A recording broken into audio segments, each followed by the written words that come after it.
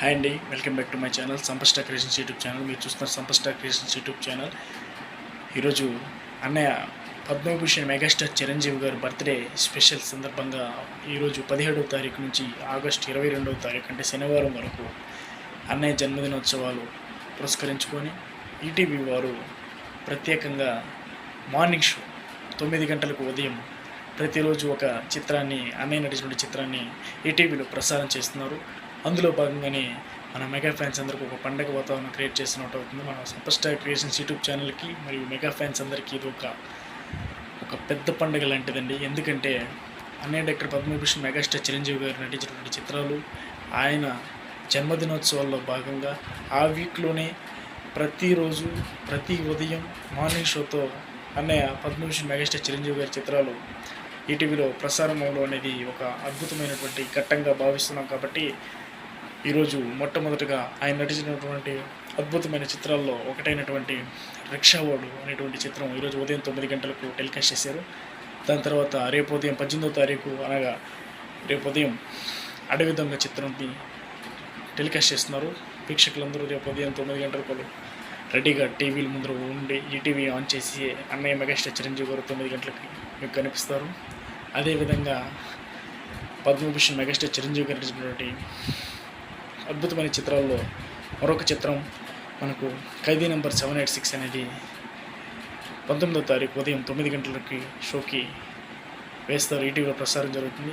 కాబట్టి ఈ చిత్రాన్ని కూడా మనందరం చూసి ఆనందించాలని, మరొకసారి ఆ పాత రోజుల్లో గుర్తుకు తెచ్చుకోవాలని సీనియర్ ఫ్యాన్స్ అందరినీ మరియు మెగా ఫ్యాన్స్ అందరినీ కోరుకుంటూ, మరి 20వ తారీఖు ఆయన నటించినటువంటి అద్భుతమైన చిత్రంలో ఇంకో చిత్రమైనటువంటి కొదమసింహం 20వ తారీఖు ఉదయాన్నే అది టెలికాస్ట్ అవుతుంది ఈటీవీలో. దాన్ని కూడా చూసి ఆదరిస్తారని కోరుకుంటున్నాను. నెక్స్ట్ 21వ తారీఖు ఉదయం 9 గంటల షోకు ఈటీవీలో ఉదయాన్నే దొంగమొగుడు అనేటువంటి చిత్రంలో అన్నయ్య డాక్టర్ పద్మభూషణ్ మెగాస్టార్ చిరంజీవి గారు డ్యూయల్ రోల్ చేసినటువంటి చిత్రం.